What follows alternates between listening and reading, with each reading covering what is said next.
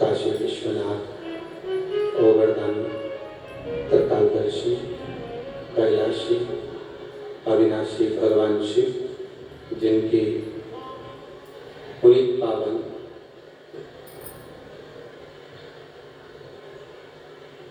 शिव महापुराण की कथा संपूर्ण विश्व के कल्याण हेतु बाबा देवादिदेव महादेव की कृपा से आप और हमको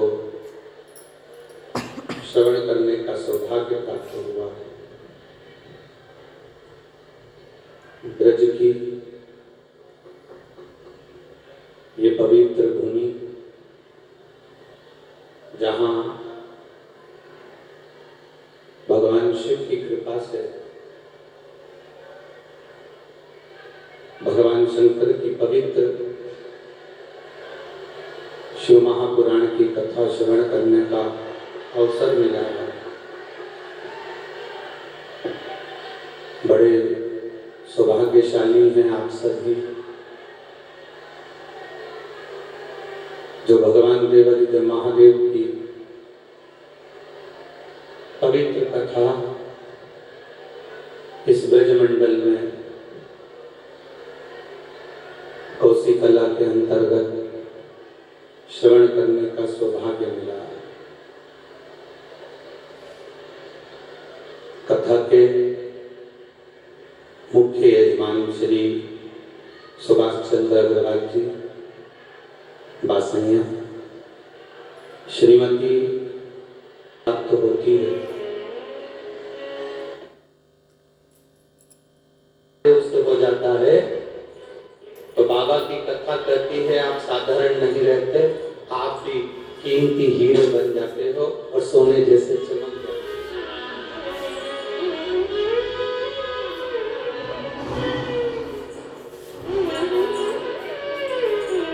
शिव मंदिर में जाना भगवान शंकर की शरणागति को प्राप्त करना, भगवान शंकर के स्मरण को प्राप्त करना। शिव मंदिर तक पहुंचना, भगवान शंकर की मंदिर पर जाना या कथा तक पहुंचना, भगवान शंकर की भक्ति करना,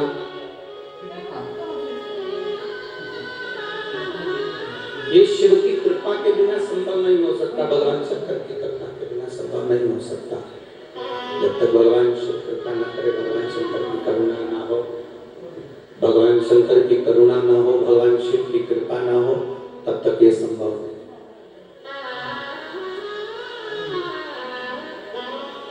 आपसे एक बात पूछें, आप उत्तर देंगे।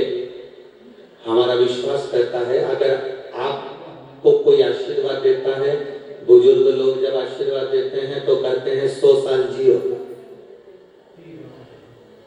बोलते कि नहीं बोलते? भगवान की कृपा हो जाए, आप 100 साल जियो, भगवान की करुणा हो जाए, भगवान आपकी आयु बढ़ाए, खूब जियो, 100 साल तक खूब राज करो, बाबा की कृपा। मान लो आशीर्वाद देने वाले ने आशीर्वाद दिया, आशीर्वाद देने वाले ने आशीर्वाद दिया कि आप 100 साल जियो, और मान लो कोई आशीर्वाद तुमको दे और के 65 साल जियो, 70 साल जियो, 35 साल जियो, 40 साल जियो, आपको वो आशीर्वाद अच्छा लगेगा क्या? अरे बोलो तो जम के नहीं।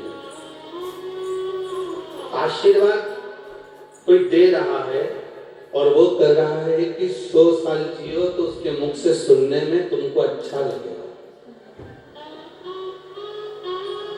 आशीर्वाद कोई दे रहा है और आपने उसके मुंह से सुना कि 100 साल जियो, तो आपको सुनने में अच्छा लगेगा। और यदि कोई कहे कि आप 65 साल जियो, 70 साल जियो, 35 साल जियो, 40 साल जियो, तो आपको सुनने में अच्छा नहीं लगेगा। शिव महापुराण की कथा कहती है आधा अधूरा सुनना अपने को अच्छा नहीं लगता, उसी तरह शिव महापुराण की कथा कहती है कि जब भी भोलेनाथ के पास में जाना, शिव महापुराण की कथा में जाना या शंकर जी के शिवालय में देवालय में एक लोटा जल समर्पित करने के लिए जाना, शिव महापुराण की कथा कहती है कभी अधूरे मत जाना। जैसे राम मंदिर में नारियल को फोड़ा जाता है, भगवान कृष्ण के यहाँ नारियल को फोड़ा जाता है, जैसे गणेश जी के मंदिर में नारियल को फोड़ा जाता है, जैसे हनुमान जी के मंदिर में नारियल को फोड़ा जाता है, सारे देवताओं के मंदिर में नारियल को फोड़ा जाता है, चढ़ाया जाता है, तोड़ा जाता है। केवल एक शंकर जी का मंदिर ऐसा होता है जहां नारियल को फोड़ा नहीं जाता, पूरा की पूरा देवाधिदेव महादेव को दिया जाता है। सारे देवताओं को अगर चावल का दाना टूटा भी चढ़ गया तो स्वीकार होता है, पर महादेव की कथा कहती है कि मुझे 1 किलो 2 किलो 5 किलो या 1 मुट्ठी चावल चढ़ाने की जरूरत नहीं है। शिव की कथा कहती है एक दाना चढ़ाना, पर वो दाना खंडित ना हो, वो पूर्ण हो, पूर्ण, आधा नहीं चाहिए, टूटा हुआ नारियल नहीं चाहिए। बाबा की कथा कहती है कि मुझे जो देना वो पूर्ण समर्पित होकर देना, मुझे जो देना वो पूरा की पूरा आखा की आखा देना, आखा की आखा दीजिए, पूर्ण दीजिए, उसको तोड़ा ना जाए। शिव महापुराण की कथा कहती है, भगवान शंकर का संवाद करता है, शिव महापुराण की कथा कहती है कि भगवान के मंदिर में जाना या शिव महापुराण में जाना, आधे मत जाना। बैठे यहाँ पर हो, मन घर पर लगा हुआ, बैठे यहाँ पर हो, ध्यान चप्पल में लगा हुआ, बैठे यहाँ पर हो, मन कहीं और लगा हुआ। एक ऐसी कथा में जाने से कोई लाभ नहीं। आज आप कथा के विराम दिवस पर आए हो, लाखों की संख्या में यहां पहुंचे हो, जमीन पर जहां जगह मिल जाए, जहां तुम्हें जगह मिल जाए, ब्रज की गज में भूमि पर वहां आराम से बैठना। आज विराम दिवस की जब कथा हो, कथा का जब 12 ज्योतिर्लिंग का संवाद पूरा हो जाए, कथा की आरती हो जाए, तब अपने इस पल्लू को उस भूमि पर नमन कर कर देवाधिदेव महादेव से कहकर जाना, बाबा पहली बार मैं इस कथा पंडाल में बैठकर कथा सुन रही हूँ, तो ऐसी कृपा करना कि मेरी झोली खुशियों से भरना, मैं फिर कथा के पंडाल में पहुंचूं, ऐसी करना।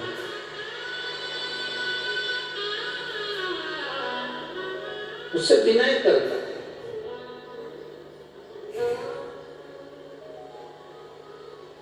जहां जगह मिले वहां बैठकर उससे प्रार्थना कर कर दिल से जा, वो दिल से देता है।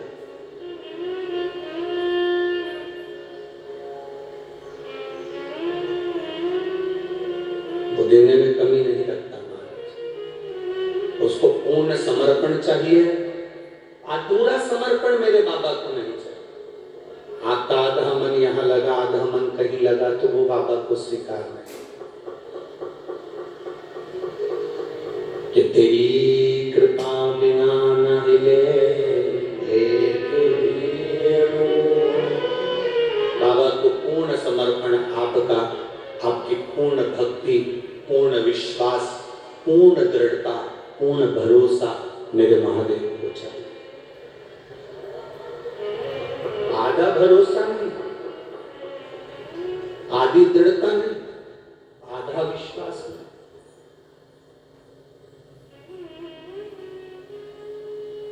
एक पति पत्नी नाव में घूम रहे थे, जहाज में, और जहाज में घूमते घूमते पति पत्नी दोनों जहाज में जा रहे थे। जाते जाते जहाज में समुद्र के अंदर भयंकर लहरें चालू हो गई, सुनामी लहरें पड़ने।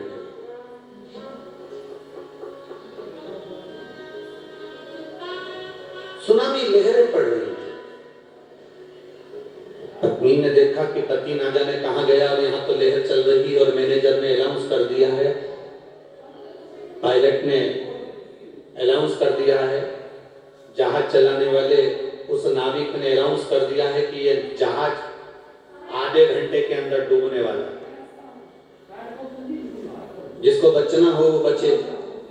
लोग जहाज में जो ट्यूब पड़े थे उन ट्यूब को फेंक फेंक कर जाने लगे, छोटी छोटी नौकाएं पकड़ कर जाने लगे। जो तैरना जानता था वो कूद कर जाने लगे।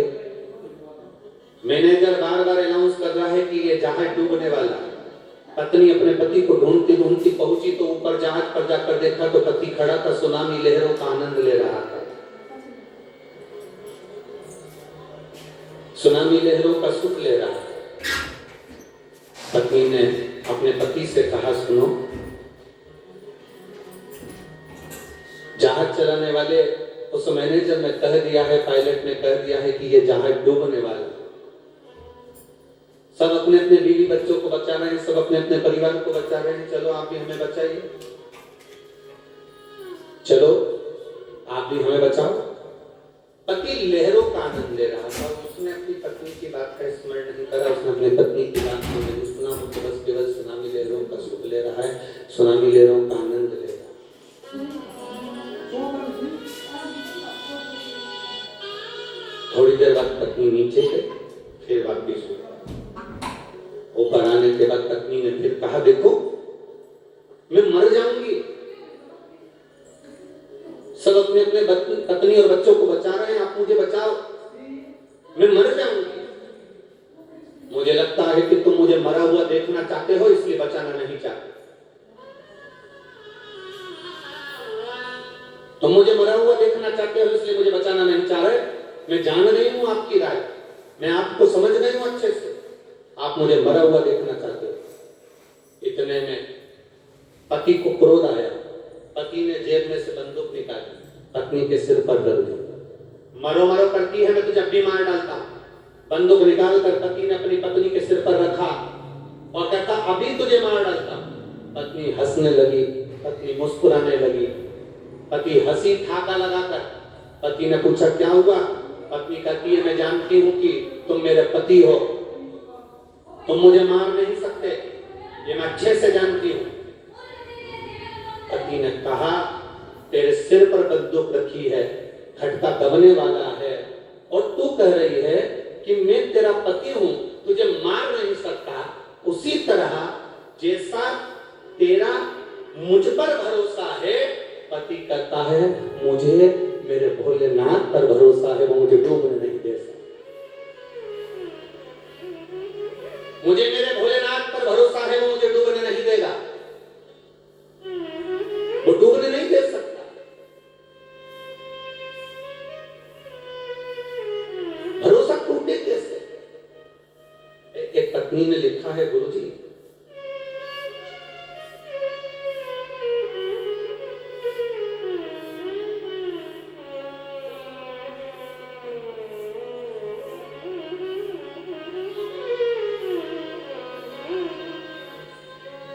मेरा नाम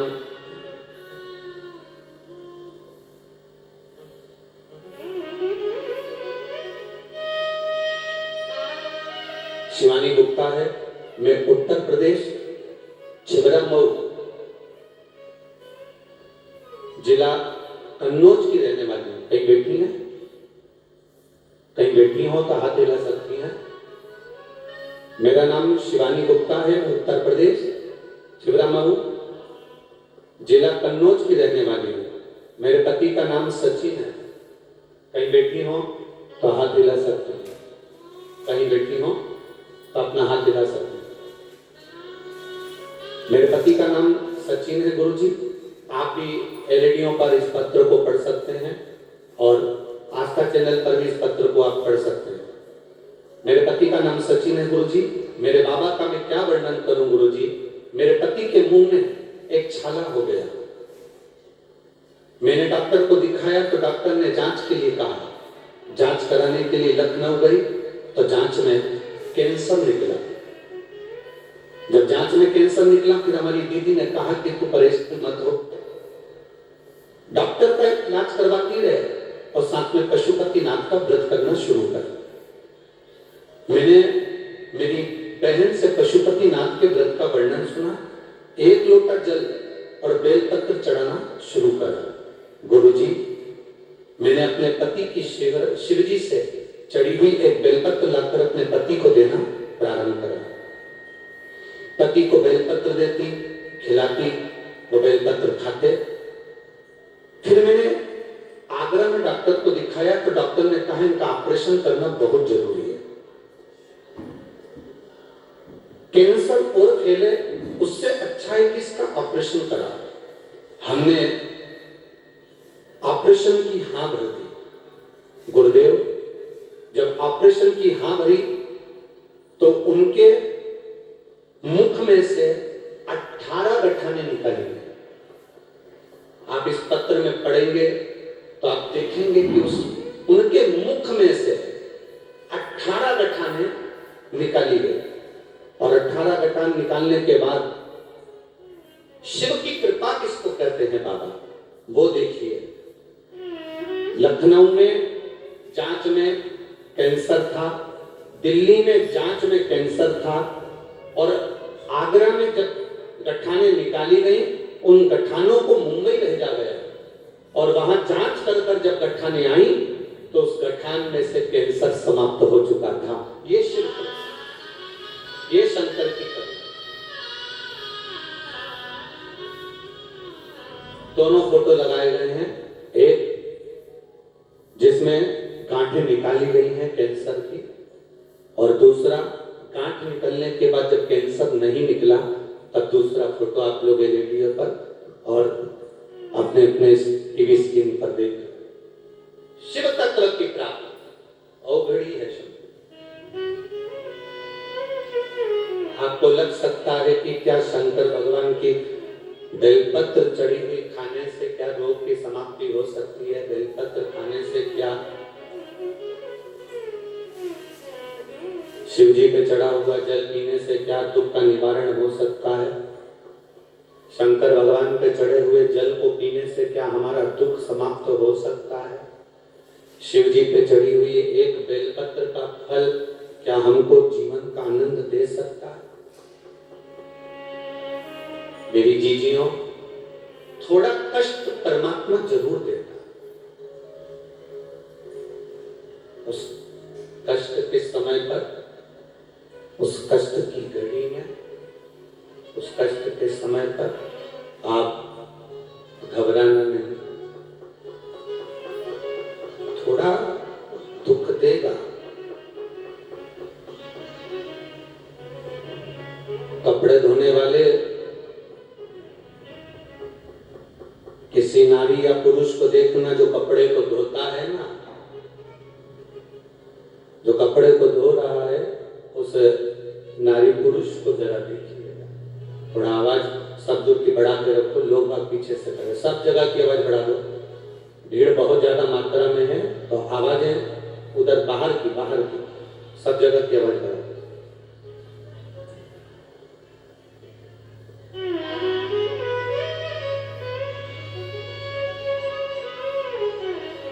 कपड़ा धोने वाला कपड़ा धोता है, उसमें कास्टिक डालता है, सर्फ डालता है, कास्टिक डालेगा, सर्फ डालेगा, उसको धोएगा, कूटेगा, रगड़ेगा, पीटेगा,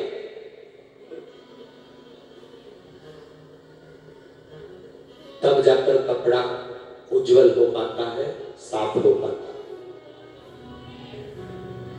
तब कपड़ा साफ हुआ, तब कपड़ा साफ कहलाया। कपड़ा उज्जवल हुआ, धोया, रगड़ा, कास्टिक डाला, उसको पानी में खंगाला, खूब कूटा, पीटा, तब कपड़ा जाकर साफ हुआ। मेरा भोलेनाथ भी अपने भक्त की पूरी परीक्षा लेता है। एक बार पशुपति व्रत करा, नहीं फल मिला, घबराना नहीं। इस माता ने पत्र में लिखा, मैंने पशुपति नाथ का व्रत किया, उसके बाद मेरे पति का ऑपरेशन हुआ। माता लिख रही, मुझे लगा था कि मैंने व्रत करा है तो ऑपरेशन नहीं होगा। अगर ऑपरेशन नहीं होता, मेरा बाबा ऑपरेशन नहीं करवाता तुम यही भ्रम में रहती कि इसको कैंसर है, तुम इसी भ्रम में रहती कि इसको कैंसर है। पर बाबा ने, भले तूने पशुपति व्रत करा, पर तूने विश्वास बाबा पर करा, तो ऑपरेशन हुआ, 18 गांठें निकली, जांच के लिए गई मुंबई, तब वहां से रिपोर्ट आई इसको कैंसर नहीं है। तब तेरे हृदय में सुकून हुआ कि कैंसर नहीं।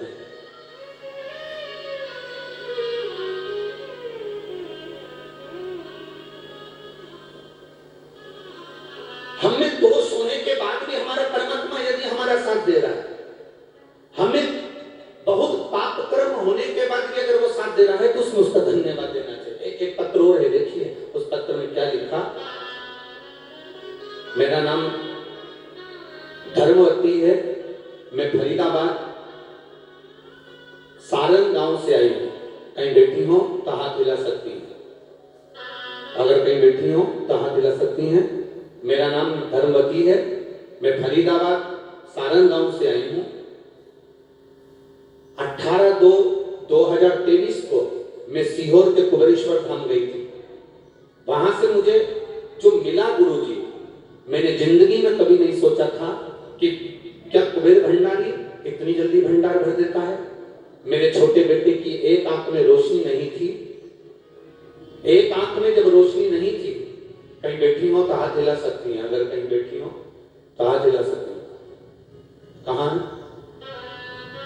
हाँ ठीक है, हाथ हिला दो एक बार ऐसे। श्री शिवाय नमस्ते। वापिस एक बार हाथ हिला दीजिए। गुरुदेव, मेरे छोटे बेटे की एक आंख में रोशनी नहीं थी, बचपन से ही उसकी आंख की रोशनी नहीं थी। डॉक्टरों ने बोला था इसकी आंख में बचपन से रोशनी नहीं है और ये ऑपरेशन के बाद भी रोशनी नहीं आएगी, क्योंकि इसकी आंख बचपन से ही बेकार है। जब डॉक्टरों ने हाथ टेक दिए, मैं उसे रोज 1 लोटा जल देती और वो सुबह से भगवान देवादिदेव महादेव को चढ़ाकर आता। बाबा का जल आंखों में लगाता। बाबा, तब किसी के कहने पर मैं सीहोर गई, वहां से रुद्राक्ष लाई, उसका पानी गलाती और उस पानी को शिव जी पर चढ़ाती और शंकर भगवान को चढ़ाते चढ़ाते उसकी आंखों में लगाती। गुरुदेव, मैं बाबा का क्या गुणगान करूं गुरुदेव। कभी जिंदगी में भूतो ना भविष्य थे, वो मेरे बाबा ने कहा। मेरा लड़का कहता था, मां कभी क्या मेरी सरकारी नौकरी लग सकती है, क्योंकि मेरी एक आंख से तो दिखता भी नहीं, एक आंख मेरी बेकार। पर गुरुदेव, बाबा बाबा है, शिव जी पे चढ़ाया हुआ जल उसकी आंखों में लगाना प्रारंभ करा। सीहोर के रुद्राक्ष को गलाकर पानी चढ़ाकर आंखों में लगाती। बाबा ने ऐसी कृपा कर दी गुरुदेव, उसकी आंख की रोशनी धीरे धीरे बढ़ना प्रारंभ हो गई और जो बचपन से आंख गई हुई थी उसकी रोशनी बढ़ी और बाबा की कृपा से सारी जांचें होने पर मेरे बेटे का सिलेक्शन, जो सोच नहीं सकते, इसकी आंख नहीं थी और बाबा की कृपा से इंडियन आर्मी में मेरे बेटे का सिलेक्शन हुआ। मैं बाबा को धन्यवाद देता हूं। बधाई बहन आपको, एक बार दोनों हाथ हिला दीजिए। हर हर महादेव। बैठिए। शंभू की कृपा, ओघड़दानी की दया ही ऐसी है।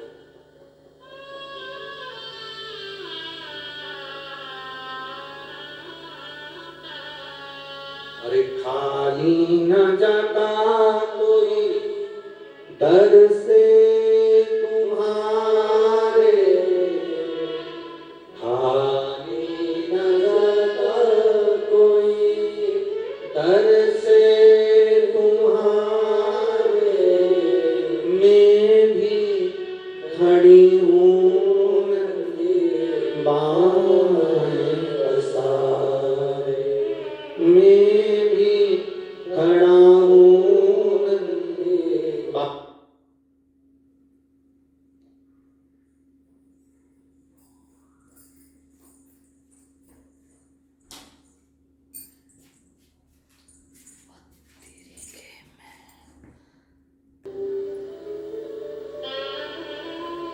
सुख और आनंद दोनों में अंतर होता है। सुख में और आनंद में अंतर होता है। होटल होटल में जाकर बैठकर अकेले खा लेना सुख है। होटल में जाकर अकेले बैठकर खा लेना सुख है, पर थोड़ा सा भोजन बनाकर ले जाकर पूरे परिवार के साथ बैठकर खा लेना आनंद है। स्वयं खाना सुकृति है, छुड़ाकर खाना विकृति है, और बांट कर खाना ये मेरे भारत देश की संस्कृति है। ये संस्कृति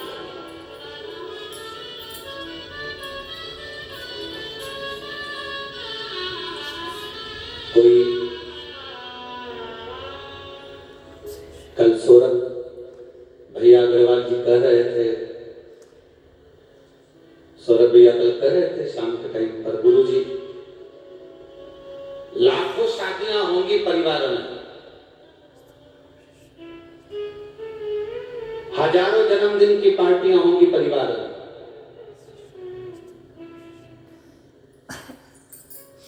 हजारों शादी की सालगिरह मनाई जाती होगी परिवार में। पूरा परिवार बहुत बड़ा है, और गुरुदेव जो आनंद इस शिव महापुराण की कथा में 7 दिन मिला, वो आनंद जिंदगी भर कभी नहीं मिल सकता। हमने कहा सौरभ भैया आपके माता पिता का पुण्य है, आपकी धर्म पत्नी का पुण्य है, परिवार का पुण्य है, और हम तो कहेंगे श्री सुभाष चंद्र अग्रवाल जी आपके भी माता पिता का कोई पुण्य है, दादा परदादा का कोई पुण्य है, जो ये ब्रज की धरा पर दामोदर मास कार्तिक महीने में ये 7 दिवसीय शिव महापुराण की कथा ये लाखों भक्तों के कानों में श्रवण करवा दिया। जितना बना, जिस भक्त से जितना बना, उसने उस भक्त ने उसकी अपनी सेवा करी। कार्यकर्ताओं ने भी दिल से जैसी जैसी सेवा बन सकती थी वैसी करी। हाईवे के इतने नजदीक इस कथा का होना बहुत कठिन काम है। ये हमारे जीवन की पहली ऐसी कथा है जो हाईवे के इतने नजदीक हो रही है, और जिसको पुलिस प्रशासन ने इतना बढ़िया तरीके से संभाला कि शायद कोई नहीं संभाल सकता, शायद कोई नहीं संभाल सकता। जब लाखों भक्त गाड़ियां लेकर आते हैं और लाखों भक्त जब बाहर निकलते हैं रोड पर, तो कम से कम 9-9, 10-10 घंटे, 11-11 घंटे तक जाम नहीं खुलता, और 3 घंटा, 2.5 घंटा, 3 घंटा, 3.5 घंटा, 4 घंटे में सब गाड़ियां अपने अपने गंतव्य की ओर जाना प्रारंभ हो जाती है। ये साधुता है यहाँ उत्तर प्रदेश पुलिस की, बहुत बहुत साधु है। इसको कहेंगे कि यहाँ की उत्तर प्रदेश पुलिस की जागरूकता है, बहुत साधु। शिव कृपा है। आज हमने एक पत्र, जो हम यहाँ अग्रवाल वाटिका में रुके हुए हैं, वहां पर किसी ने पत्र कल काउंटर पर दिया होगा, वो पत्र हमने पढ़ा। उस पत्र में लिखा था, उस पत्र में था कि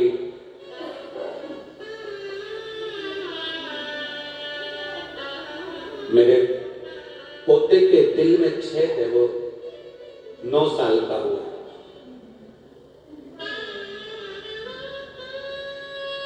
और वो 9 साल का बेटा है, उसके दिल में छेद है। पत्र हम जहाँ रुके हैं अग्रवाल वाटिका में, वहां रखा है। और मेरा पोता 9 साल का, उसके बेटा है, उसका पोता नहीं बेटा, उसके हृदय में छेद। बहुत गरीब हैं हम। मैं दूसरे के यहाँ पर बर्तन मांजती हूँ और बर्तन मांजने का कार्य करती हूँ। डॉक्टर ने बेटे के ऑपरेशन का बोला है और ऑपरेशन कराने का कहा।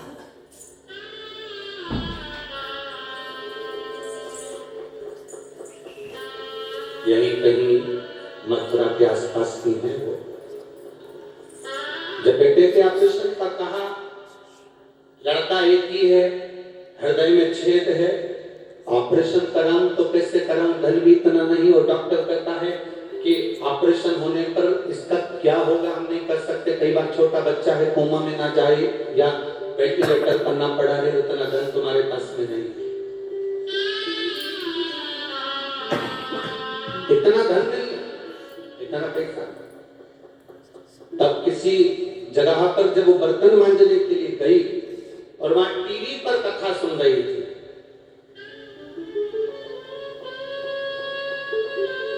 और वो सेठानी के साथ में जमीन पर बैठकर कथा सुनने बैठ गई।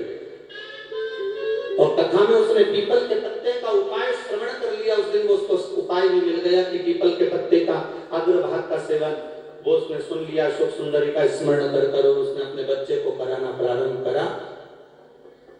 फिर उसने वापिस सरकारी हॉस्पिटल में जांच कराई तो उसका बच्चे का जो हृदय का छेद था वो बाबा की कृपा से भर चुका था। उसमें रवे का हलवा एक स्टील की कटोरी में प्लेट से ढका हुआ, उस पे सेलो टेप चिपका हुआ भेजा था। तो जो कहीं बैठी हो तो उसके स्मरण में रहे, वो ठाकुर जी ने भोग लगा लिया है और बाबा ने खाया। उसने पत्र में लिखा,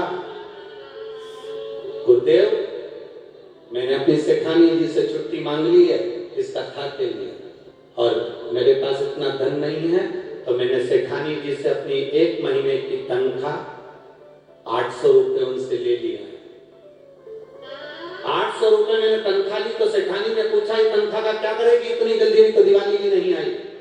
कहा बोले बाबा आ रहे हैं हमारे कोसी में, तो मैं छोटा सा भंडारा, 800 रुपए में भंडारा होता है, 800 रुपए में कोई भंडारा होगा। 800 रुपए का मैं तेल भी लाई, आटा भी लाई, और गुरुदेव मैं 3 किलो आटे की पूरी बनाकर लाकर मैंने बहुत सारे लोगों को खिलाया क्योंकि मेरा बेटा था।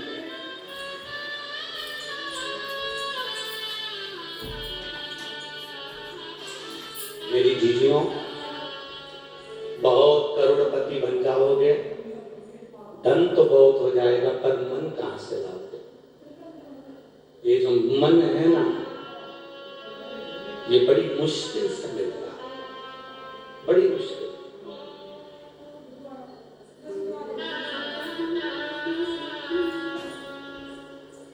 ये कोसी की कथा में हरियाणा से, दिल्ली से, नोएडा से, मथुरा से, गोवर्धन से, बरसाना से, आसपास के गांव से, आगरा से, कहीं अलवर से, ना जाने कहां कहां से लोग आए। कोई खिचड़ी बांटता रहा, कोई पूड़ी बांटता रहा, कोई बिस्कुट, कोई पानी, कोई कुछ बांटता रहा। धन्य है धन्य। उस माँ ने लिखा अपने पत्र में, मेरा बाबा कोसी आया है। उसने एक लाइन बड़ी सुंदर लिखी, मैं मेरे मायके नहीं गई क्योंकि मेरे मायके में मुझे पूछा नहीं जाता। ऐसा लगता है मेरा पिता मेरी कोसी में आया है तो मेरा मायका यही है, मैं मेरे बाबा के मायके गया। शिव है, आपका भरोसा इतना पक्का है, आपकी दृढ़ता इतनी पक्की है, जब विश्वास दृढ़ हो जाता है कि शिव है हमारे साथ, मेरा शंकर है, मेरा ओघड़ी है, तो फिर वो भटकने नहीं देता, वो डूबने नहीं देता।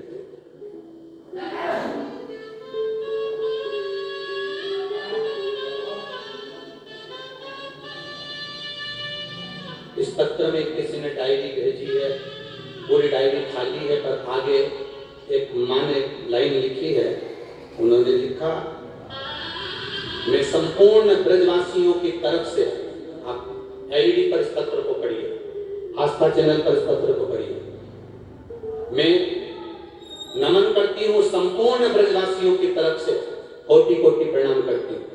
मेरा नाम रश्मि है, पति का नाम जगन सिंह है, मेरा मायका मथुरा है।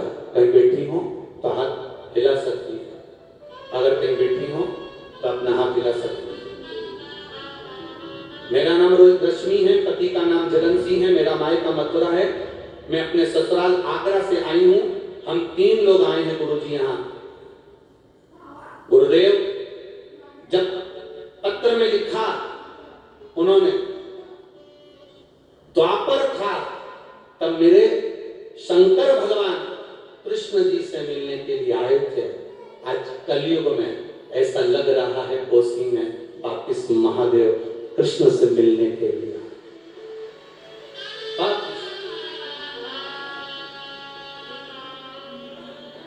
आज लग रहा है कि मेरा शिव वापिस इस ब्रज की धरा में मेरे ठाकुर से मिलने के लिए आया।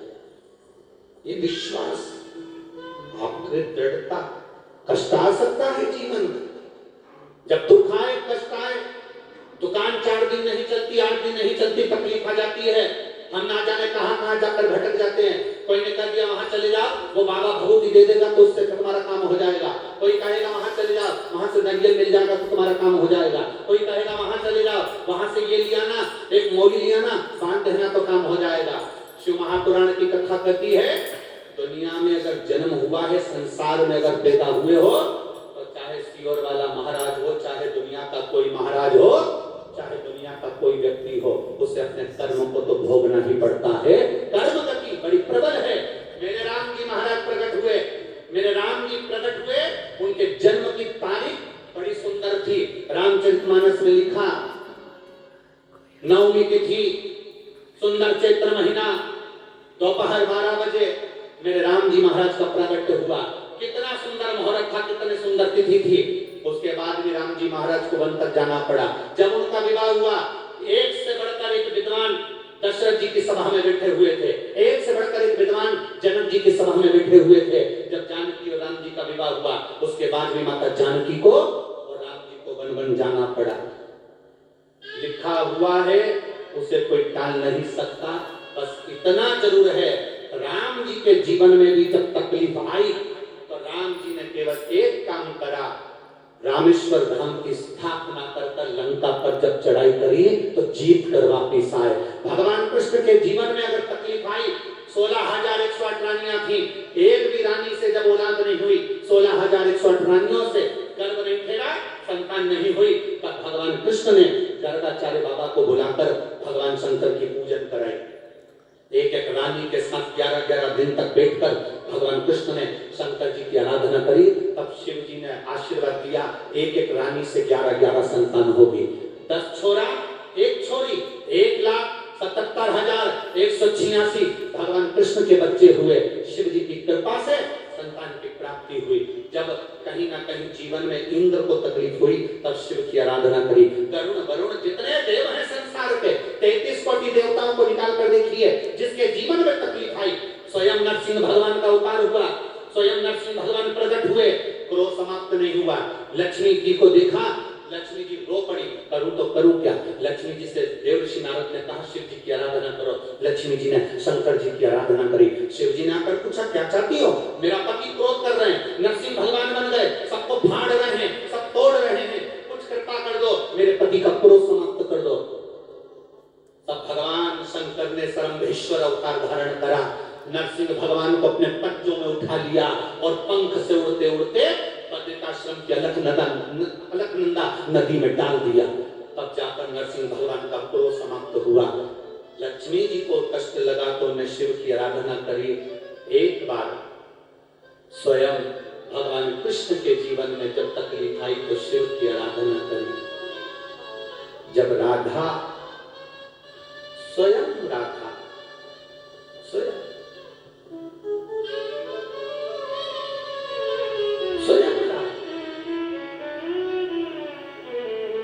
आप लोगों ने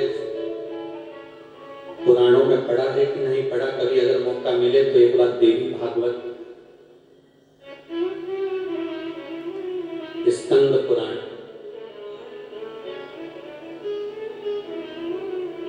ब्रह्म वैवर्त पुराण,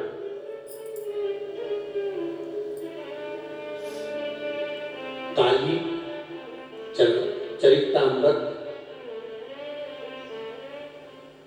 एक बार अगर समय मिले तो आप इनको पढ़ेंगे तो उसमें आपको मिलेगा।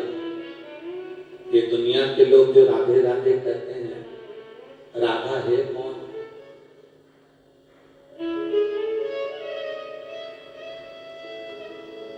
है कौन राधा? काली। रसअमृत को पढ़ना, कभी स्कंद पुराण को पढ़ना, कभी मौका मिले एक बार देवी भागवत को पढ़ना, उसमें आपको मिलेगा ये राधा और कोई नहीं, शंकर का ही एक स्वरूप है और कृष्ण और कोई नहीं, मां काली पार्वती का ही एक स्वरूप है, ये दूसरा नहीं, दोनों एक स्वरूप। आप कभी पढ़िए, और अगर पोथी पढ़ने का भी समय ना मिले, पुराण पढ़ने का भी समय ना मिले, तो एक बार नेट पर सर्च कर देखना। अगर पोथी और पुराण भी नहीं उठा सकते, इतना समय नहीं है, तो एक बार सर्च कर देखना कि भगवान शंकर और भगवान पार्वती, माता पार्वती और शिव कैलाश धाम पर बैठे आनंद के साथ विहार कर रहे, बैठे हुए चर्चा कर रहे, और शिव जी पार्वती को और पार्वती शिव जी से कुछ संवाद कर मांग लेती हैं, पर उसका एक सुख द्वापर में मिल रहा है। आप कई माताएं कहती हैं हम भ्रम में पड़ गए गुरुजी, हम श्री शिवाय नमस्तुभ्यं बोलें कि राधे राधे बोलें, हम राधे राधे बोलें कि श्री शिवाय नमस्तुभ्यं बोलें, कि हम ओम नमः शिवाय बोलें, कि हम राम नाम बोलें, कि हम कौन सा नाम बोलें। हम कहते हैं तुम जो चाहो वो बोलो, तुम राधे राधे बोलती हो, बोलते रहो, क्योंकि राधा भी शिव है और शिव भी राधा है। तुम्हें जो बोलना है बोलो, तुम राम भी कह रहे हो तो मेरा शंकर का गुणगान है, तुम शिव भी कह रहे हो तो मेरे राम और कृष्ण का गुणगान है। दुनिया के लोगों में भेद हो सकता है, पर देवताओं में कभी भेद नहीं हुआ।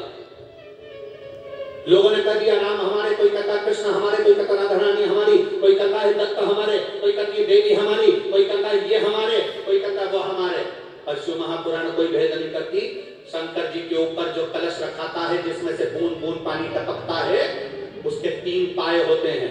कभी भी कलश रखने वाले उस त्रिकोणी के पाए 4 नहीं होते, 3 पाए होते हैं, ब्रह्मा विष्णु और महेश। उसके ऊपर एक कलश रखा हुआ है, और वो कलश में से एक एक बूंद पानी नीचे गिर रहा है। ये ब्रह्मा, ये विष्णु, ये महेश, एक एक बूंद पानी नीचे गिर रहा है। मतलब ये बता रहे हैं कि हम तीनों एक हैं, हम में कोई भेद नहीं है।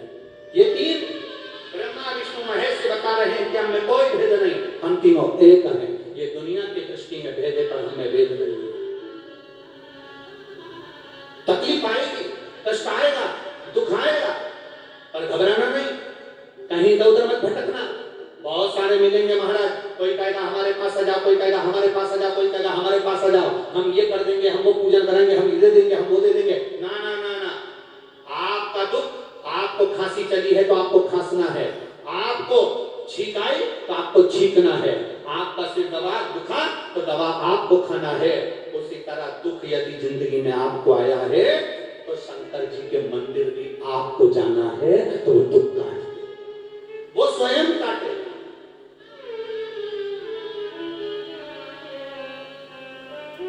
अच्छा आपसे पूछें, हे ब्रजवासियों, हे मेरी जीजियों, हे मेरे जीजाओं और मेरी बेटियों, मेरे भाई, मेरे बेटे, बताएं जब घर में कर्जा बढ़ जाता है, बहुत ज्यादा कर्जा हो जाता है, तो घर में जो सोने की रकम होती है, जो सोने का सामान होता है, वो सुनार की दुकान पर चले जाता है। बोलो सही है कि गलत है?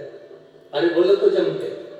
कर्जा बढ़ने पर घर का, बहू का, माता का, पिता का जो सोना है, अंगूठी है, चेन है, कुछ सामान है, ब्रेसलेट है, तगड़ी है, हार है, कुंडल है, इतने दिन तक वो अलमारी में रखा रहा, इतने दिन तक वो तिजोरी में रखा रहा। कर्जा होने पर घर का सामान, घर का सोना सुनार की दुकान पर, गिरवे वाले की दुकान पर पहुंच जाता है, भैया ये रख लो। तो दुकान वाला भी कहता है क्यों उस घर का सोना लिया है, भाभी जी का जेवर लिया है, माता जी का पूरा जेवर लेकर आ गए, क्यों? तो उसने कहा बहुत दुख का समय चल रहा है, इसलिए इसलिए सोने को तुम्हारे पास लेकर आया हूं। बहुत दुख का समय चल रहा है, कर्जे में हो गया, दुख का समय है, तकलीफ का समय है, इसलिए घर का सोना जो अलमारी में रखा रहता था, वो घर का सोना, घर का जेवर सुनार की दुकान पर पहुंच जाता है। दुख की घड़ी में, तकलीफ की घड़ी में घर का सोना जब सुनार की दुकान पर जा रहा है, तो ये कथा कहती है दुख की घड़ी में सोना दुकान पर जाए उससे अच्छा है दुख की घड़ी में आप महादेव के मंदिर तक जाओ तो जीवन की सार्थकता। सोना दुकान पर जाने से तुम्हें सुख का अनुभव कितना होगा, कितना कर्जा छूटेगा। अगर सोना दे भी दोगे, थोड़ा बहुत सोना अगर दे दोगे, थोड़ा बहुत पैसा आ जाएगा तो पूरा कर्जा थोड़ा ना छूट जाएगा। पर देव महादेव की भक्ति में लग गए, भगवान शंकर के गुणगान में लग गए, तो उस माँ ने लिखा कि एक आंख खराब हो गई थी, बचपन से आंख में दिख नहीं रहा था, तो भी जब इंटरव्यू देने का समय आ गया तब इस अवस्था में क्या आंख ठीक हो सकती है जो बचपन में नहीं हुई, जो जवानी में ठीक हो सकती है। पर विश्वास अटल था, भरोसा पक्का था, इसलिए बाबा ने कृपा भी पूर्ण, विश्वास करी,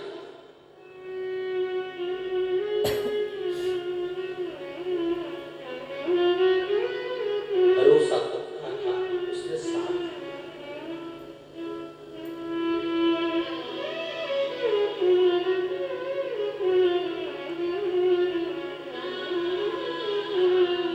अधूरी शादी में अगर आप आधी शादी छोड़कर अपने घर चले जाओगे तो केवल खाना खाकर जाओ, बोलो सही है। अगर पूरी शादी कर कर जाओगे तो आखिरी में विदाई भी लेकर जाओ, बोलो सही है कि गलत है। अरे जम के तो बोलो जरा, सही है ना।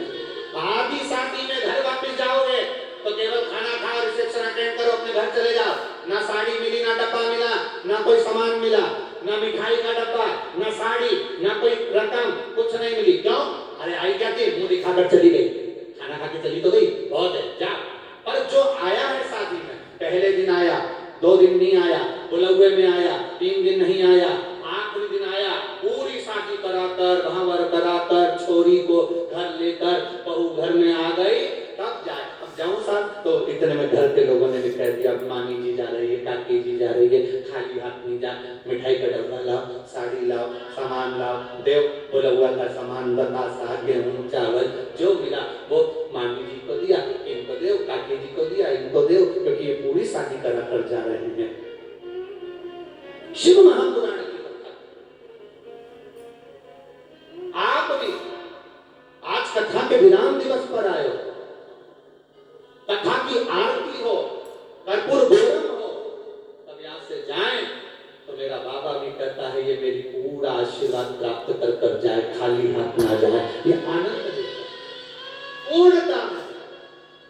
मेरे बाबा को आधा चावल पसंद नहीं, मेरे बाबा को आधा नारियल पसंद नहीं, मेरे बाबा को कुछ खंडित वस्तु पसंद नहीं, वो पूर्ण रखता है, पूर्ण देता है। मेरा शिव बाबा, मेरा ओघड़दानी, मेरा शंकर, मेरा त्रिकालदर्शी, कैलाशी, अविनाशी आधा नहीं देता, पूरा देता।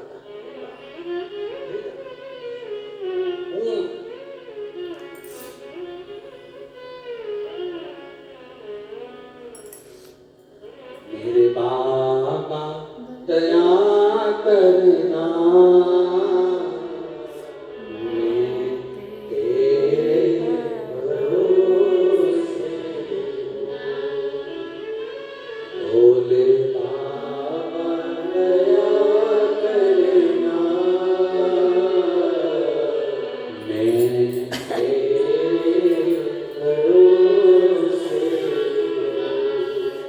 ना घर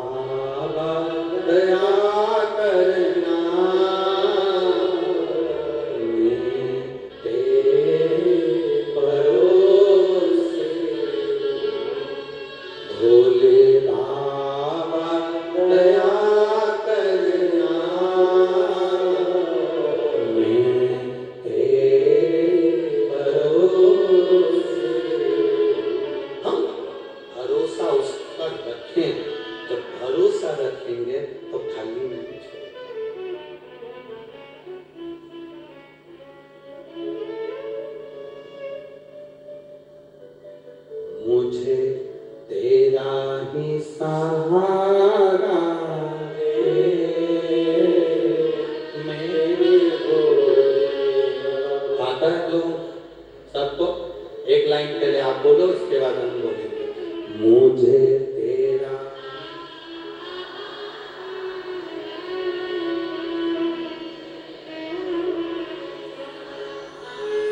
कब से खड़ी हूँ झोली पसार, क्यों न सुने तू मेरी पुकार। बोलो एक बार।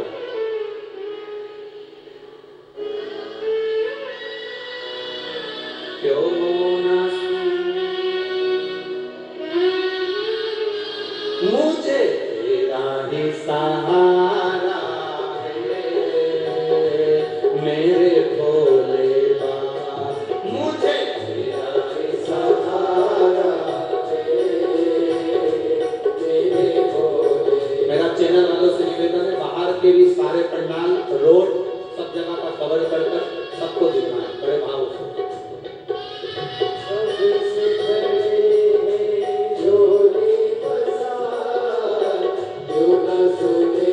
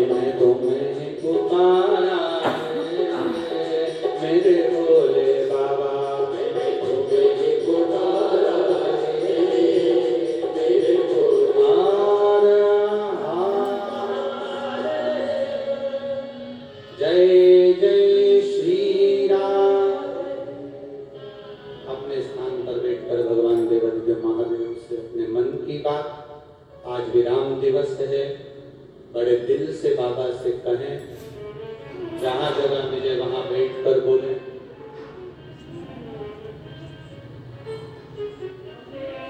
जहां स्थान मिल जाए वहां बैठ जाओ, दिल से बोलो, आओ से।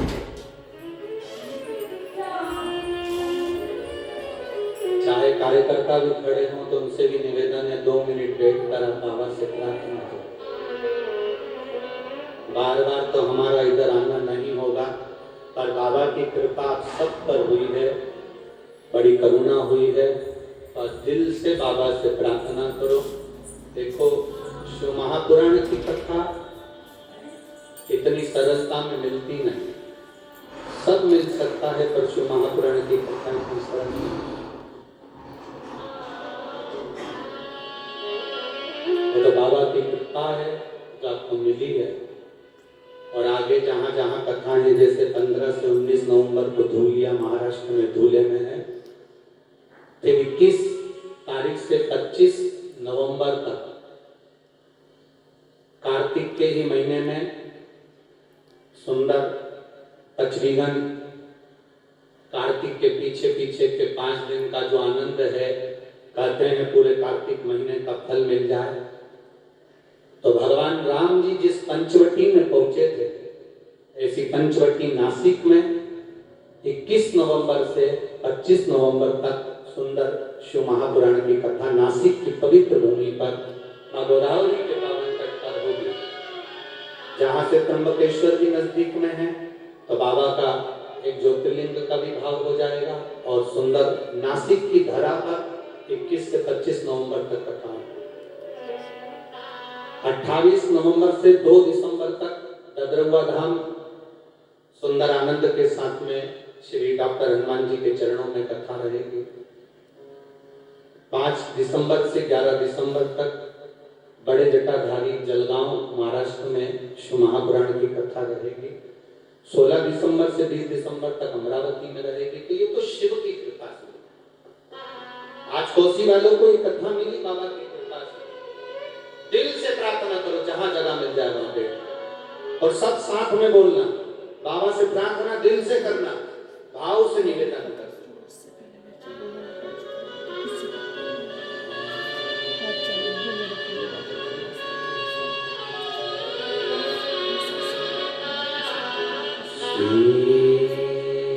शिवा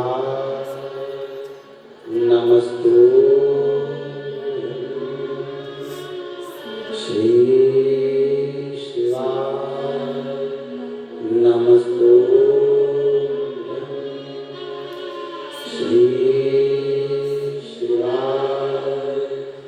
नमस्तु श्री शिवा नमस्तु श्री शिवा नमस्तु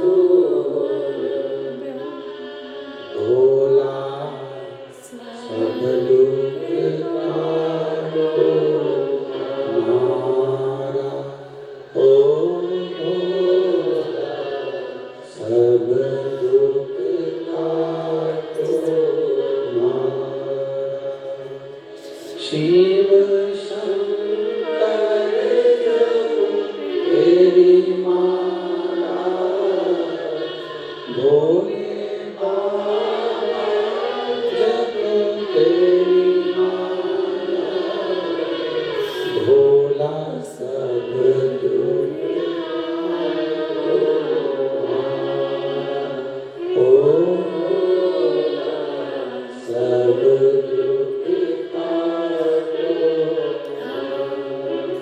वेश है मंगल मंगलकारी, वेश है मंगल मंगलकारी, शमशान वासी हमारा,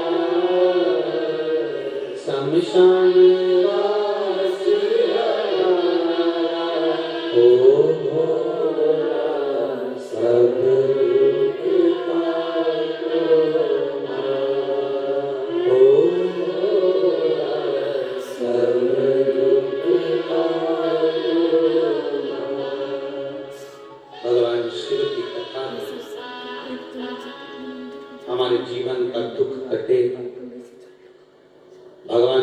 देवादिदेव महादेव ने एक लीला रची है।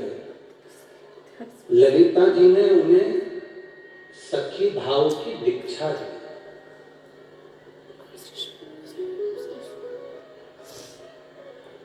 अब ललिता जी ने जब सखी भाव की दीक्षा दे दी तो ललिता जी तो भगवान शंकर की भी गुरु है। शिव जी का एक गुरु ललिता जी के भाव में भी व्यक्त। जब कृष्ण राधा का दर्शन नहीं होता तब ललिता जी का स्मरण होता। राधा जी की अष्ट सखियों में से एक सखी ललिता जी, और इनको राधा जी की सखी बनकर भगवान शंकर का सबसे पहले ब्रजभूमि पर दर्शन हुआ तो ललिता जी को रास मंडली में। क्यों? क्योंकि ललिता जी के जो पिता थे विष्णु, वो भगवान शंकर के बड़े भक्त थे, शिव के भक्त।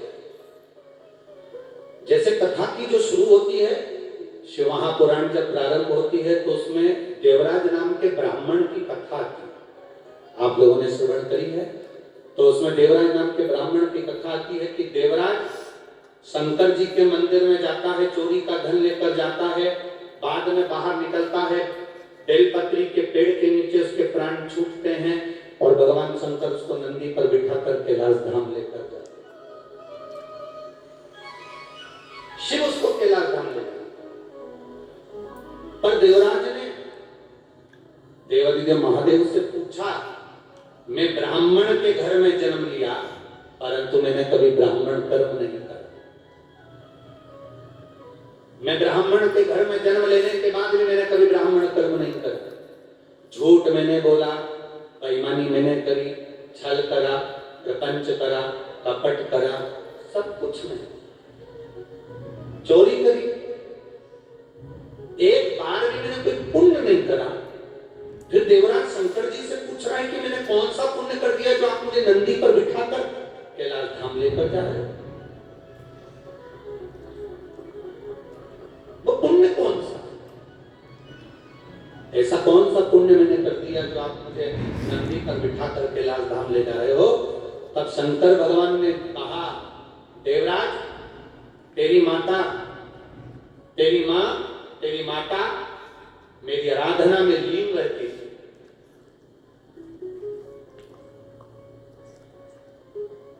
एकांत में जब कहीं जाती मार्ग से किसी वृक्ष के नीचे मेरा शिवलिंग उसको दिख जाता तो वृक्ष की पत्ती को तोड़कर, उसके पास फूल नहीं रहता, पुष्प नहीं रहता, वृक्ष की पत्ती को तोड़कर वो मेरे शिवलिंग को समर्पित कर दी थी।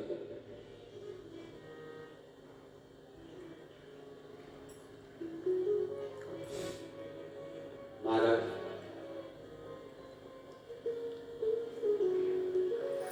आपको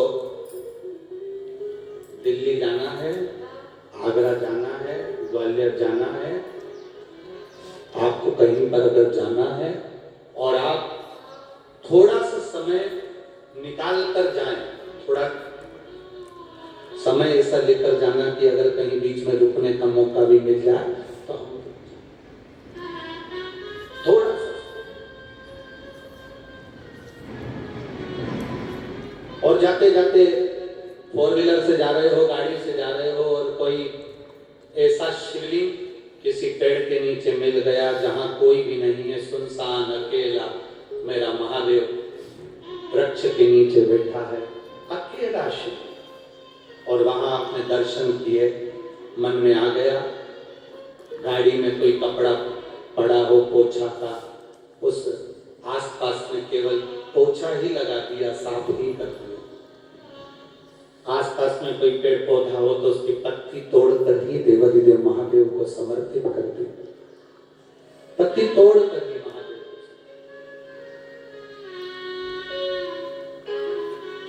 एकांतेश्वर महादेव को चढ़ाया गया एक पत्ता, एकांतेश्वर महादेव को चढ़ाया गया एक बूंद जल, एकांतेश्वर महादेव का किया गया एक बार दर्शन हमारी 71 पीढ़ी तक चलता है और उसका पुण्य हमारी 71 पीढ़ी तक हो।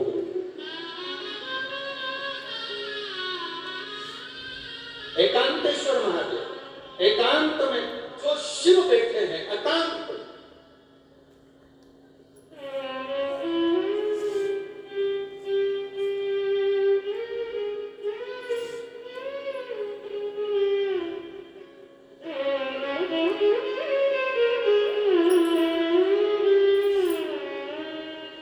कभी आपके जीवन में ऐसा योग लगे, कभी आपके जीवन में ऐसा क्रम आए, कभी आपके जीवन में ऐसा क्रम लगे, ऐसा योग लगे, तो आप उसका स्मरण करिएगा। जा रहे हो, हम ये अलग से नहीं कहेंगे आपको कि आप अलग से कहीं एकांतेश्वर महादेव को ढूंढो। हम ये नहीं कहेंगे कभी भी कि आप कहीं एकांत में महादेव हो तो वहां जाकर बैठो, नहीं। आपके चलते चलते स्मरण में आप अपना काम करते रहो, अपना कर्म करते रहो, अपना काम में लगे रहो, अपने स्मरण में लगे रहो, और उसके बीच में आप कर्म करते रहो। उसके बीच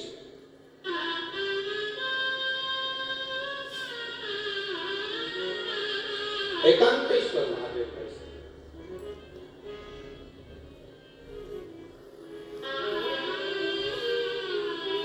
शिव कथा करती है। हम तो यहां तक कहेंगे, अगर मेरी बहनों से, मेरे भाइयों से निवेदन है, जिसका बच्चा मंदबुद्धि हो, माइंड में काम कम कर रहा हो, बुद्धि से कमजोर हो, चित्तवृत्ति से कमजोर हो, या शरीर से कमजोर हो, जिसका बच्चा बुद्धि से कमजोर हो, कभी अगर मौका मिल जाए तो गाय का जो दूध होता है वो दूध का दही बना,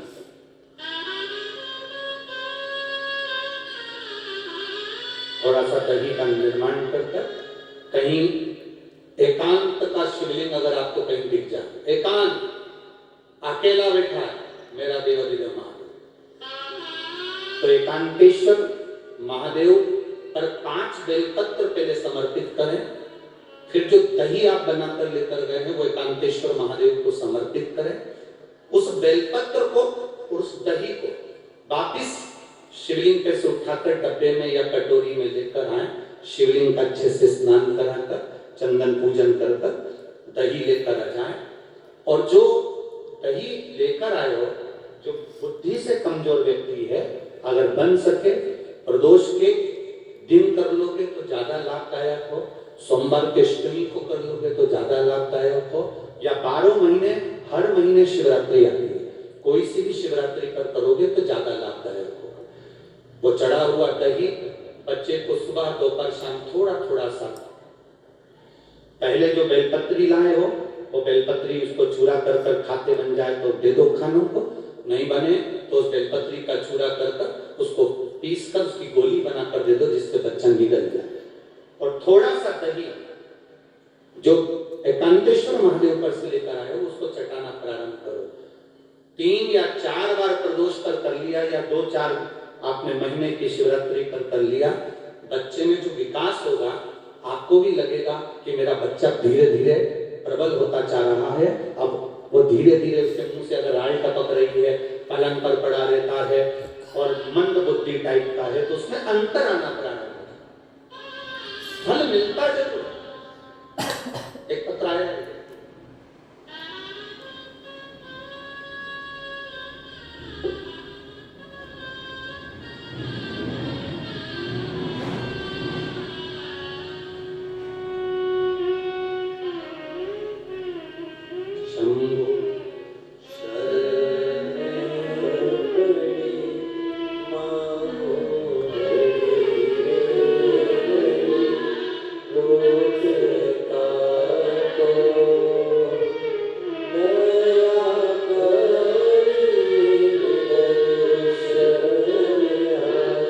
मेरा नाम संगीता है, मैं जिला इटावा जसवंत नगर की रहने वाली हूं।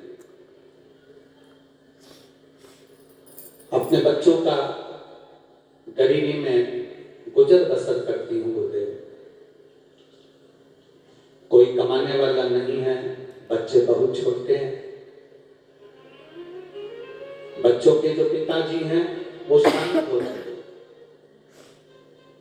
अब बच्चों के पिताजी भी नहीं है गुरुदेव, और छोटे छोटे बच्चे हैं, उनका मैं गुजर बसर कर रही हूँ। कहीं बैठी हूँ तो हाथ हिला सकती हैं।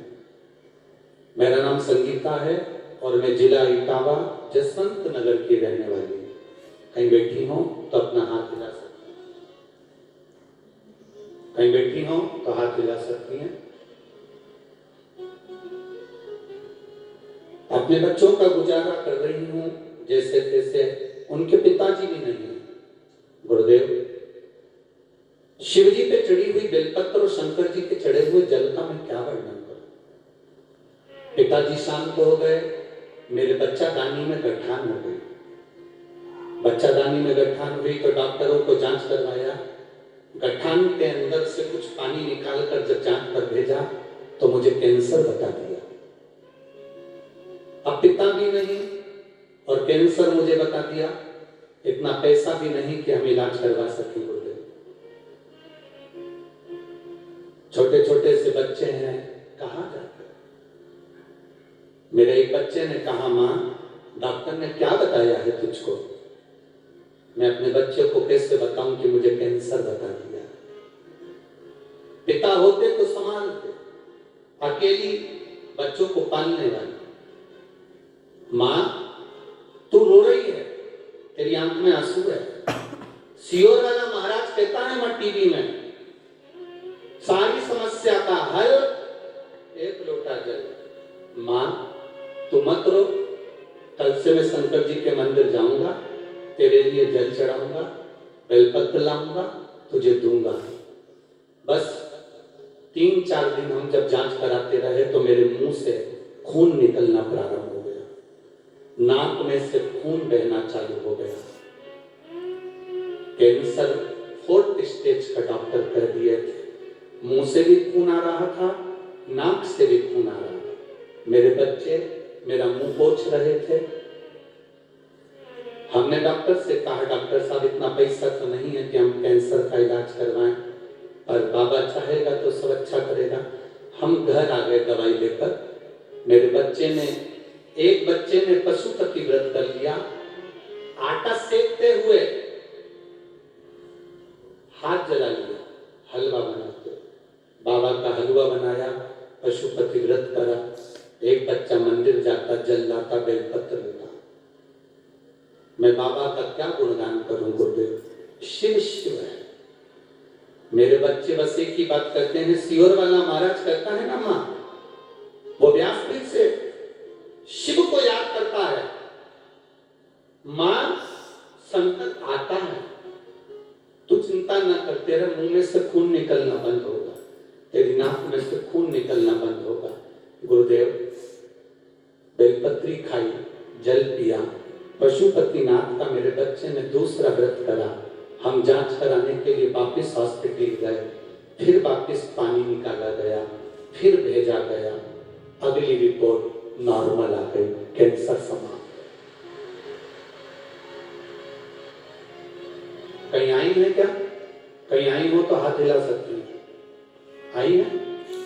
टीवी वालों को दिख रहा है? हाँ तो हाथ हिला दो एक बार, अगर आई है तो हाथ हिला। साधुता।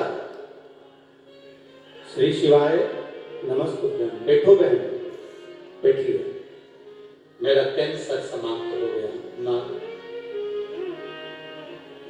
इसमें एक लाइन उन्होंने लिखी है, गुरुदेव आपकी वाणी को मेरे बच्चे सुनते हैं और उनका भरोसा पक्का हुआ और बाबा ने मुझे थाम लिया। मेरा कैंसर मेरे बाबा ने की। शिव है ओघड़ी कहते हैं, कहां नहीं, किस स्थान पर नहीं। भरोसा अगर पक्का है मिलता जरूर। भरोसा। मैं उन बच्चों को धन्यवाद दूंगा जिनके हृदय में शिव के प्रति इतना भाव जागृत हुआ। शिव के प्रति, जिसके पिता नहीं, मां घर का गुजारा कर रही हो और मां भी जाने की कतार पर रह जाए, वो छोटे बच्चों से पूछना कि उनकी जिंदगी का सार्थक तो पूरा समाप्त हो जाता है। पिता चले गया, मां बची, वो भी अंतिम क्षण पर 4th स्टेज का कैंसर, मुंह में से खून आ रहा, नाक में से खून आ रहा, कानों में से खून बह रहा। अंतिम घड़ी क्या है? मेरे बाबा दया करना, मैं तेरे भरोसे हूँ। मेरे बाबा दया करना, मैं तेरे भरोसे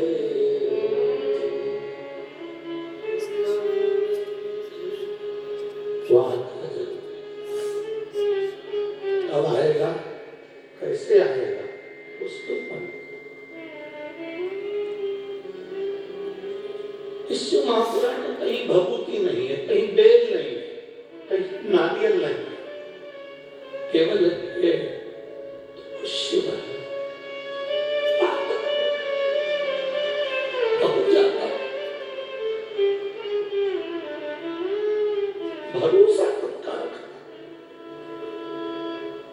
भरोसा मत टूटने दे। अगर भरोसा नहीं टूटा तो आएगा। बच्चा लिख रहा है, मां सियोर वाले कह रहा है शंकर है, अगर है तो आका, उसके भरोसे भी होना चाहिए।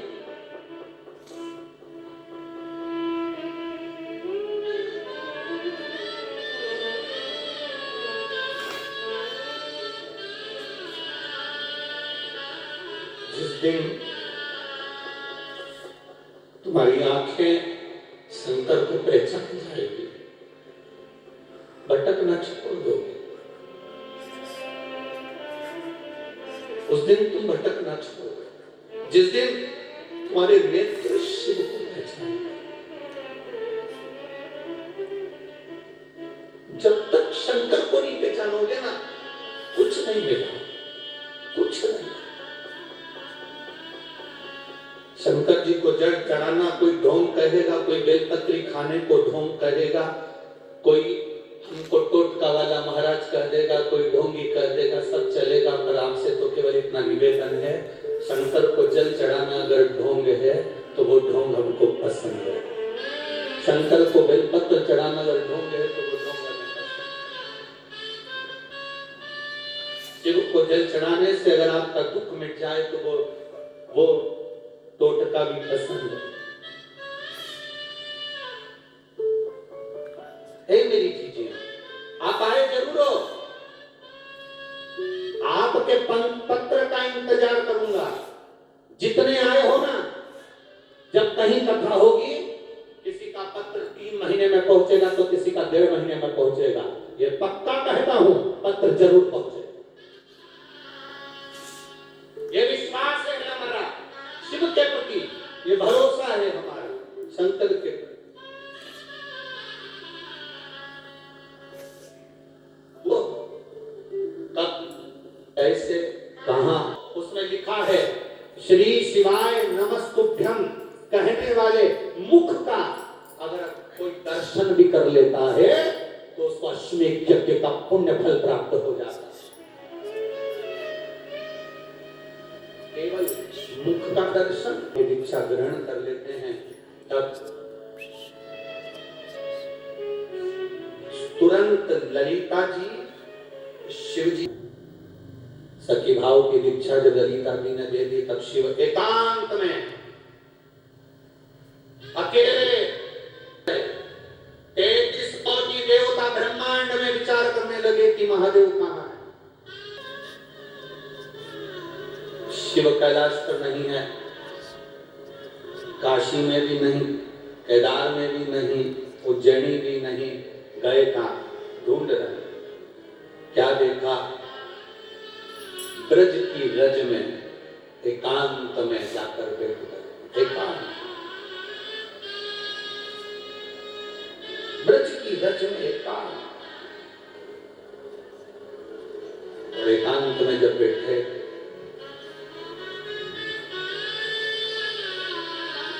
इंद्र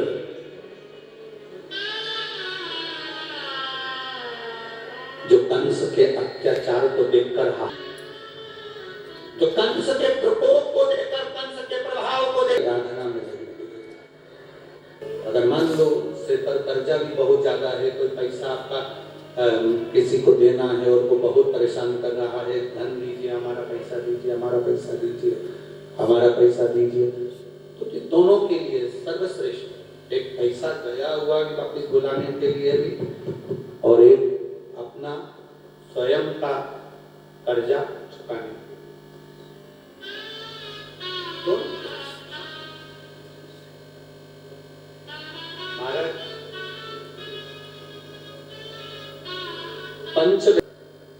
पंच श्वेत पुष्प मतलब 5 बेलपत्र और 5 सफेद पुष्प, श्वेत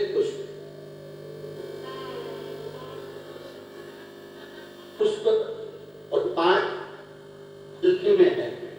इनके भारत एकांत में कोई शिवलिंग हो तो, और अगर एकांत में शिवलिंग ना मिले और कोई शिवरात्रि आपके मध्य में आ रही हो, महाराज हर महीने शिवरात्रि आती है और महीने की शिवरात्रि पड़ रही हो और आपको एकांतेश्वर शिवलिंग भी नहीं मिल रहा, एकांत का कोई शिवलिंग नहीं मिल रहा, तो एकांत में कहीं जाकर एकांत के अंदर किसी मिट्टी का ही शिवलिंग का निर्माण कर ये 5 बेलपत्र, 5 श्वेत पुष्प, 5 हल्दी के चावल बाबा को अभिषेक पूजन करने के बाद धीरे धीरे समर्पित कर। क्रम क्या है? पहले हल्दी का चावल चढ़ेगा, श्वेत पुष्प चढ़ेगा, उसके बाद में बेलपत्र। 5 एक साथ में चढ़ेगा, हल्दी का चावल भी चढ़ेगा तो एक एक कर चढ़ेगा, और श्वेत पुष्प भी चढ़ेगा तो एक एक कर चढ़ेगा, और बेलपत्र भी चढ़ेगी तो एक एक कर चढ़ेगा। और जिससे हमें धन लेना है, जो लेकर चला गया नहीं लाकर दे रहा, जो नहीं लाकर दे रहा, जिससे हमें धन लेना है, पैसा लेना, वो नहीं दे रहा, उसका स्मरण कर कितना है क्या है वो आप भावा से प्राप्त कर सकते। जब हल्दी का चावल चढ़ाए तब आप श्वेत पुष्प समर्पित करें तब, और बेलपत्र समर्पित करें। या हमारे माथे पर कर्जा है वो चूके, उसके लिए भी आप बाबा से प्राप्त करें।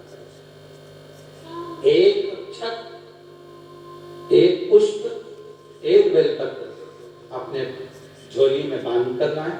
बाकी का अगर आप एकांतेश्वर महादेव पर कर रहे हैं तो वैसा की वैसी रहने दें, और अगर शिवलिंग बनाकर पूजन कर रहे हैं पार्थिव, तो उस शिवलिंग का थोड़ी देर बाद विसर्जन भी कर दें। अगर पार्थिव शिवलिंग बनाकर कर रहे हैं एकांत में, एकांतेश्वर महादेव का शिवलिंग का निर्माण कर रहे हैं, तो फिर उसका विसर्जन करें। और अगर कहीं एकांत में शिवलिंग पहले से है तो आपको विसर्जन करने की जरूरत नहीं, आप चढ़ाकर बड़े प्रेम से प्रार्थना करके एकांतेश्वर शिवलिंग एक ऐसा होता है जो हमको बहुत सुख का अनुभव करा, बहुत सुख।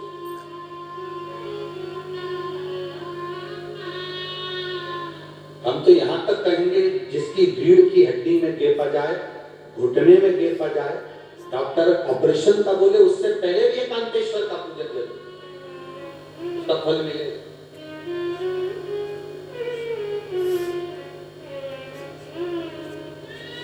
एकांतेश्वर महादेव सुख प्रदान करते हैं, आनंद। बोले एकांतेश्वर महादेव की। एकांत में क्या राम जी ने और भी शिवलिंग की स्थापना करी? हम कहते हैं एक बार प्रयास करना। राम पथगमन भारत की सरकार द्वारा बनाया गया है। राम पथगमन जब भारत की सरकार द्वारा बनाया जा रहा है तो एक बार प्रयास करना कि राम पथगमन पर तुम अपनी गाड़ी लेकर जाना, जहां जहां से राम पैदल वन से घूमते हुए लंका तक गए, पथगमन रास्ते पर तुम जाकर देखना, जितने राम जी के मंदिर नहीं मिलेंगे उससे ज्यादा भोलेनाथ के मंदिर मिलेंगे। राम जहां रुकते थे वहां शंकर भगवान के शिवलिंग का पूजन करते थे। मेरे राम जी जहां रुकते थे वहां शंकर भगवान के शिवलिंग का निर्माण कर उसका पूजन करते। पूरे राम पदगमन में आप जाकर देखिए, पूरे राम पदगमन में आप चलकर देखो, राम पदगमन में चलेंगे, जहां जहां राम जी गए वहां शंकर की आराधना करिए राम।